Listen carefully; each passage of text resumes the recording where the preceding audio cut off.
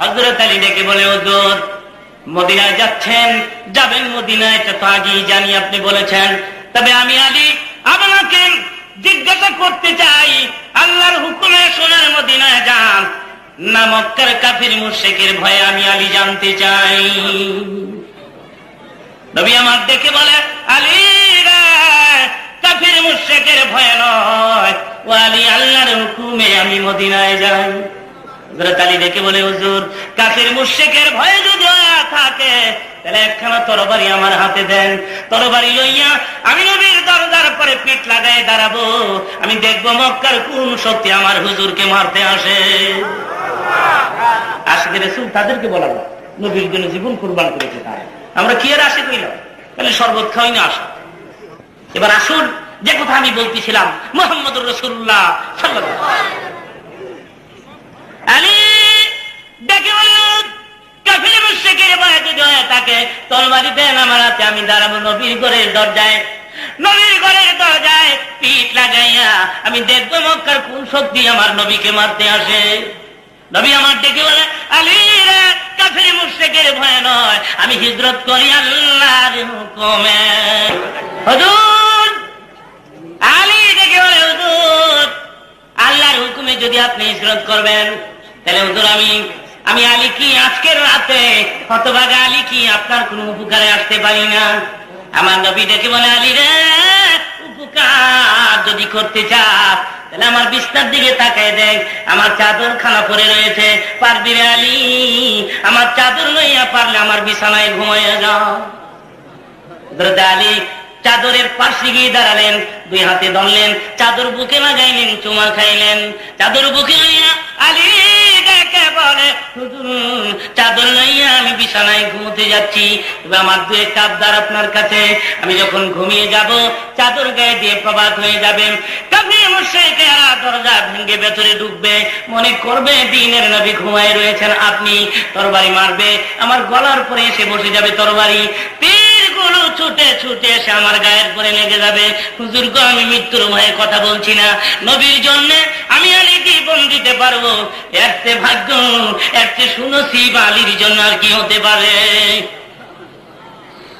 হুজুর তীরের আঘাতে, তরবারির আঘাতে আমি আলী শহীদ হয়ে যাব আপনার নামে, আমি মৃত্যুবরণ করব, আমি যদি মরিয়া যাই কেমনে শুনবো, কেমন করে জানবো আমার জীবনের বিনিময়ে দ্বীনের নবী নিরাপদে মদিনায় পৌঁছে গিয়েছে? আমার হুজুর কিচ্ছু বলেন না, চুপ করে শুনতেছেন আলীর কথা। আলী ডেকে বলে, হুজুর ঠিক আছে, আমি না হয় নাই খবর পাইলাম, আমি না হয় নাই জানলাম আপনি মদিনায় গেছেন কিনা গেছেন। আপনি যখন মদিনায় হিজরত করবেন খবর পাইয়া মদিনা মক্কার সমস্ত সাহাবীরা পেরেশান হয়ে যাবে, দৌড়বে, সবাই মদিনায় যাবে, আপনার সুন্দর মুখ গিয়ে দেখবে, আমি শহীদ হয়ে যাব, চিরবিদায় হয়ে যাব। আমি তো জীবনে এই সোনার মুখ, সুন্দর মুখ তো আর জীবনে কোনোদিন দেখবো না। ও ঠিক আছে, এই সোনার মুখ না হয় আমি নাই দেখলাম, হুজুর গো একটা ওয়াদা দিয়া আমাদের শান্তি দিয়া মদিনায় যান, কিয়ামতের মাঠ যেদিন চলে যাবে মানুষেরা পানি দাও গো পানি বলে চিৎকার মারবে, যেদিন স্বামী বলবে এটা আমার স্ত্রী না, স্ত্রী বলবে এটা আমার স্বামী না, হেন কঠিন ময়দানে আমি আলী আপনার কিনারে দাঁড়াইবার জায়গা পামুনি। এইসব কথা বলে বলে আলী চোখের পানিগুলি ছেড়ে ছেড়ে কাঁদছে, আলীর চোখের পানি নবীর হুজরার মাটিগুলি ভিজে যাচ্ছে। আমার নবী আলী কান্দে দেখিয়া আমার হুজুর আর চোখে পানি রাখতে পারে না, হুজুর কান্দে আর করে, আলী কান্দিস না, আমি সইতে পারি না, আমি ধৈর্য ধারণ করতে পারি না রে আলী। আলী রে, আমার মন কয় না তুই আমার চাদরের নিচে শহীদ হয়ে যাবি, আমার মন কয় আমি আবার দেখবো তোরে সোনার মদিনা। ও আলী,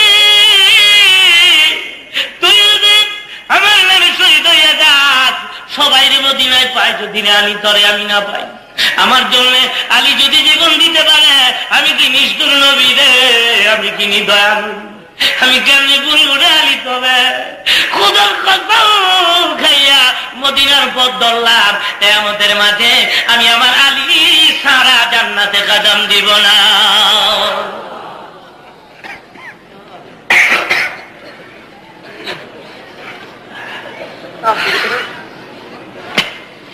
আমার হুজুর বের হয়ে যাবেন, দরজা খুলে দেখে কাফের মুশরিকেরা ঘেরাও করে দাঁড়িয়ে রয়েছে।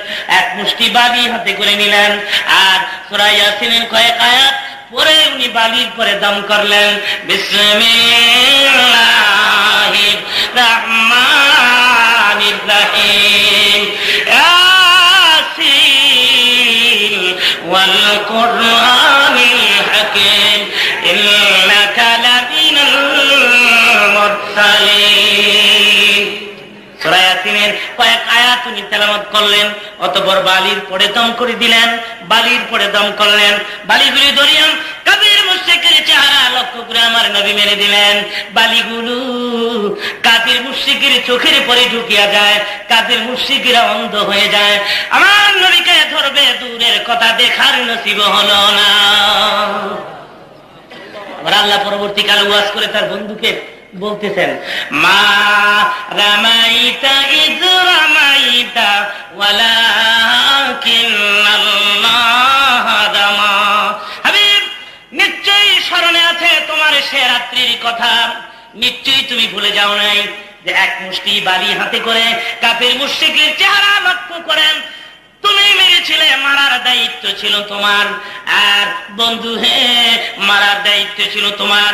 আর ধুলাবালিগুলি ধরিয়া ধরিয়া কাফের মুশরিকের চোখের ভিতরে ঢুকায় দেওয়ার দায়িত্ব ছিল আমি আল্লাহ। জোরে বলেন সুবহান।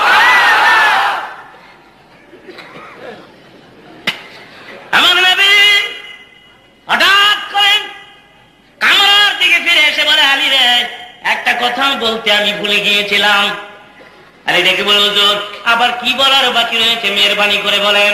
নবী আমার ডেকে বলে, ও আলী, মক্কার বহু মানুষের আমানতের মাল আমার কাছে রয়েছে। জোরে কোন সুবহানাল্লাহ।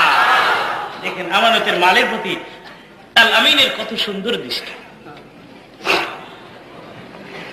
ইচ্ছা করলে নবী পারতেন, ও কাফের মুশরিকরা, আমি তোদের জুলুম অন্যায় অত্যাচারে বাধ্য হচ্ছি মদিনায় হিজরত করতে, তোদের টাকা করি, পয়সা করি, স্বর্ণ হীরা মানিকি যা কিছু আমার কাছে আমানত রাখত সব লইয়া আমি মদিনায় চম্পট দিলাম। পারতেন কিনা জোরে কোন? আমরা যে কোয়ালিটির মুসলমান হইছি, আমাদের মতো যদি হইতেন রাসূল তো তাই করতেন। দেখে বলে, আলী রে, মক্কার বহু মানুষের আমানতের মাল আমার কাছে রয়েছে। আলী, আমানতের মালগুলো পাওনা মালিকের ঘরে ঘরে যাইয়া তাদের হাত পর্যন্ত সকাল বেলায় পৌঁছাই দিবিনি, ওয়াদা দে। আলী মুস্কি মুস্কি আসে আর কয়, হুজুর আমি ওয়াদা দিলাম। হযরত আলী বলেন, আমি নিশ্চিন্তায় চাদর নিয়ে ঘুমাইলাম। আগে একটু চিন্তিত ছিলাম, না জানি রে আমি শহীদ হইয়া যাই। এখন আমার আর কোনো চিন্তা নাই, কারণ যেখানে নবী বলতেছেন, ও আলী, সকালবেলা আমানতের মাল পাওনা মালিকের ধারে ধারে ঘুরে তাদের হাতের গোড়া পর্যন্ত পৌঁছে দিবি। নবীর হুকুম আমি ওয়াদা দিছি, পালন করব। আলী বলেন, নিশ্চিন্তায় আমি চাদর নিয়ে ঘুমাইলাম, কারণ আমি জানছি আজকে রাত্রে দুনিয়ার কোন শক্তি আলীকে মারতে পারবে না। কারণ দেখেন রাসূল আমাকে হুকুম করতে, আমিও ওয়াদা দিয়ে লাইছি। আমরা যদি আমানতদার হিসাবে দেখি, তাহলে মুহাম্মদ সাল্লাল্লাহু আলাইহি সাল্লামকে দেখি পৃথিবীর শ্রেষ্ঠতম আমানতদার। এখন সুবহান। এবার আসুন হিসাব দাতা বা বন্টনকারী হিসাবে একটু যাচাই করা যাক মুহাম্মদ সাল্লাল্লাহু আলাইহি সাল্লামকে। উনি কেমন হিসাব দাতা ছিলেন? যুগের দস্তুর ছিলেন, মা সন্তান জন্ম দিত, দাত্রী মায়েরা বাচ্চাদের দুধ পান করাইতো। কিন্তু আমার নবীকে কে দুধ পান করাবে? কার কপাল খুললো? হালিমার কথা ভাবছেন। হালিমার ইদানিং স্বাস্থ্য ভালো না, স্তনে এক ফোঁটা দুধ নাই, নিজের বাচ্চা এক ফোঁটা দুধ ভিক্ষা চাইয়া পায় না। জোরে কোন সুবহান। হালিমার উটনিটা দুর্বল, উটনির বানে এক ফোঁটা দুধ নাই।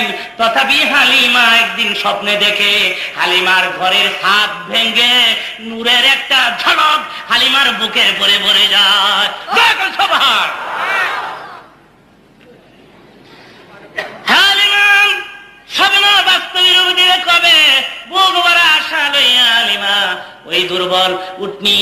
মূর্তির পরে সুয়ার হয়ে পথযাত্রা ধরলেন মক্কা নগরে। আর অন্য অন্য যাত্রীরা নিজেদের শক্তিশালী তাজা উটগুলো হাঁকাইয়া হাঁকাইয়া মক্কার বড় বড় ধনীদের ছেলে পেলে কালেকশন করে নিয়ে গেছে। হালিমার উট নিজে এত দুর্বল, এটা ভালো চলতে পারে না। সকল আর পরে মক্কা নগরে হাজির হয়ে গেলে গিয়ে দেখে ধনীদের ছেলে পেলে একটাও নাই। এবার পথ দিয়ে চলছে হালিমা একা একা। ওই পথের মাঝে দাঁড়িয়ে আছে এক ব্যক্তি, একটি শিশু সন্তান কোলে করে, উনি মুহাম্মাদুর রাসূলুল্লাহ। হালিমা ওই পথ দিয়ে যাচ্ছেন। আব্দুল মুত্তালিব দেখে বলেন, কি নাম তোমার? আমার নাম হালিমা। তুমি কি যাত্রী? কাহা?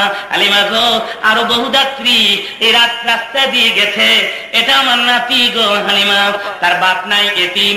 এতিম শুনিয়া অন্য অন্য যাত্রীরা আমার নাতি গ্রহণ করে না, কারণ এতিম। এতিম শব্দ শোনার পরে কোন যাত্রী আমার নাতিকে গ্রহণ করতে রাজি হয় না। ও হালিমা শোনো, তুমি শোনো, যদিও আমার নাতি এতিম, কিন্তু আমি তো আছি, আমি তার দাদা লাগি, আমি এক পয়সাও তোমারে কম দিব না। উপঢৌকন, দামি উপঢৌকন আমি তোমাকে দিয়ে দিব। তবে শোনো, আমি তো টাকা দিব, উপঢৌকন তোমারে দিব, সব দিব গো হালিমা। তথাপি একটা কথা আমি তোমারে বলতে পারি, হালিমা গো, আমার নাতি দুধ পান করাইলে তোর কপাল খুলবে। হালিমা বলে, কথাগুলো আমাকে তাসির করলো, আমার দিল নরম হয়ে গেল।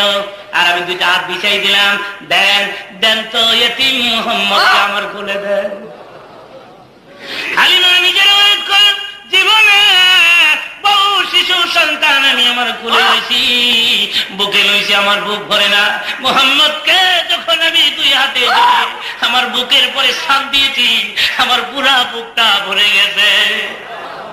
কিছুক্ষণ আগে আমার নিজের সন্তান আমার স্তন থেকে এক ফুটা দুধ ভিক্ষা চাইয়া পায় না। মুহাম্মদ আমার বুকে আসার সাথে সাথে উভয় স্তন দুধে ভরে যায়।